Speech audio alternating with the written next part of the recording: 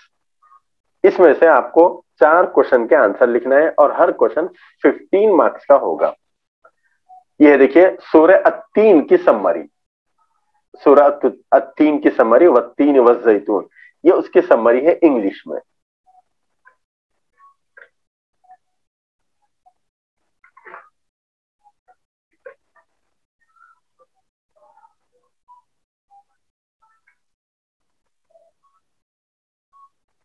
آپ کی اسکرین پہ دکھائی دے رہی ہے، انگلش سمری ہے۔ آپ کو اگر انگلش میں سہولت ہو تو انگلش میں لکھ سکتے ہیں آپ۔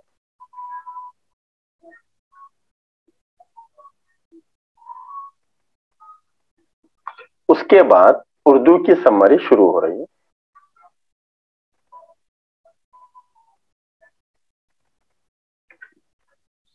دیکھیے یہاں پہ اردو کی سمری ہے خلاصہ، یعنی سمری۔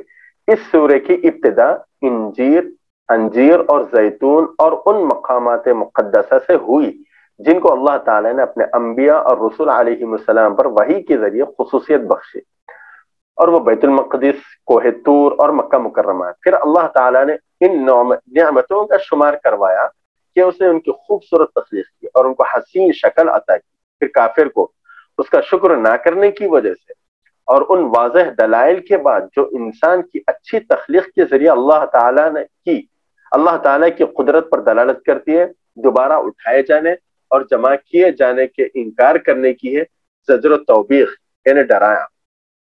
بس ان قریب ان کو اس انکار کی وجہ سے نچلے سے نچلے مقام کی طرف ڈال دیا جائے گا، اور وہ دوزخ ہے۔ پھر ان پرہیزگار مومنوں کو خاص کیا جو ایمان اور نیک اعمال جمع کیے، بس ان کے لیے ختم ہونے والا دائمی اجر ہے، اور وہ جنت۔ پھر انسان سے واضح اور قطعی دلائل کے آ جانے کے بعد آخرت کے دن کو جھٹلانے کی وجہ پوچھی گئی، اور مومنوں کے ثواب دینے میں اور کافروں کے عذاب دینے میں انصاف کے بیان پر اس سورے کو ختم کیا گیا۔ تو یہ تھی سورہ التین کی سمری۔ اس کے بعد بٹ نمبر 10 ہے، bit number 10 right the summary of سورہ الانشراح۔ سورہ الانشراح کی سمری ہے، جیسا کہ آپ کو اسکرین پہ دکھ رہا ہے۔ شروع میں انگلش میں ہے، اگر آپ کو انگلش میں سہولت ہے تو انگلش میں لکھیں۔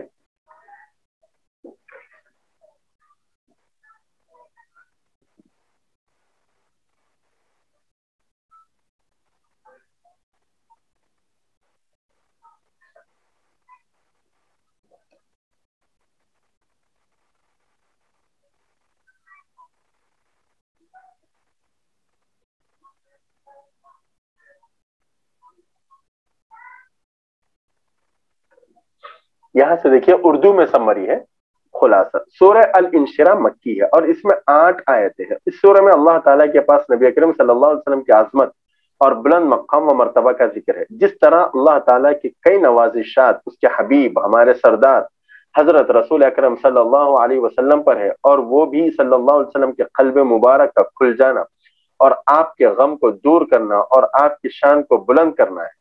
نماز کے اندر درود و سلام کے ذریعے اور نماز کے باہر کئی مقامات میں نبی اکرم صلی اللہ علیہ وسلم کا ذکر مبارک رکھ کر، جیسا کہ اذان میں، عیدین میں، جمعہ میں، نکاح کے خطبوں میں، اللہ کی ذات سے مانگتے وقت ابتدا و انتہا میں، نبی اکرم صلی اللہ علیہ وسلم کو وسیلہ بنانے میں، اور آپ کو گناہوں اور خطاؤں سے پاک کرنا، یہ سب کا سب کفار کی اذیتوں پر تسلی دینا ہے۔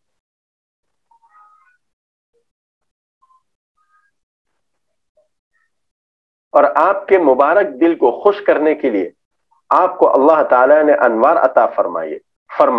پھر دنیا و آخرت میں رسول اللہ صلی اللہ علیہ وسلم کے مقام کی عظمت و رفعت و بلندی کا بیان ہے، اور آپ کا نام مبارک اللہ تعالیٰ کے نام مبارک کے ساتھ جڑا ہوا ہے، جیسا کہ یہ سورہ رسول اللہ صلی اللہ علیہ وسلم کی مکہ میں دعوت پر مشتمل ہے۔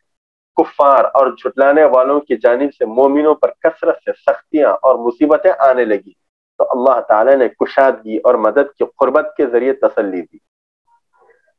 اس سورہ کے آخر میں نبی اکرم صلی اللہ علیہ وسلم کے پیغام پہنچانے کے بعد اللہ تعالیٰ کی عبادت کی طرف متوجہ ہونے کا ذکر ہے، اللہ تعالیٰ کا شکر ادا کرتے ہوئے کہ اللہ تعالیٰ نے آپ کو بڑی بڑی نعمتوں سے نوازا۔ اس کے بعد بٹ نمبر 11 ہے، اس بٹ میں write the summary of lesson الحوار کی سمری لکھنا ہے، لیکن اس کی کوئی خاص سمری نہیں ہے، اس طرح سے یہاں پہ میں نے یہاں پہ لکھا ہوا نہیں۔ اس کے بعد خلاصہ النظافت، اس کی یہ سمری ہے جیسا کہ آپ کو اسکرین پہ دکھ رہا ہے۔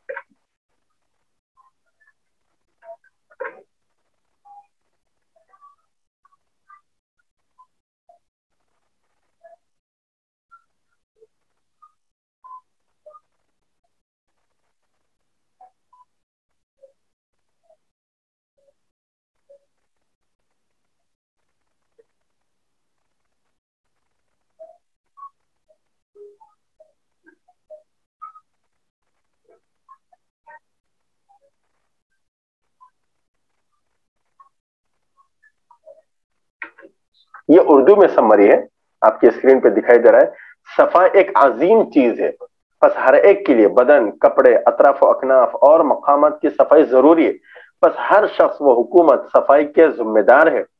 پس جو حکومتیں صفائی کا اہتمام کرتی ہیں وہ ترقی یافتہ حکومتیں ہیں۔ حکومت صفائی کی اہمیت اور اس کی قدر و منزلت پر توجہ کرتے ہوئے بہت سا مال سڑکیں اور راستوں کی صفائی میں خرچ کرتے ہیں، جیسا کہ ہم ہر شہر میں دیکھتے ہیں۔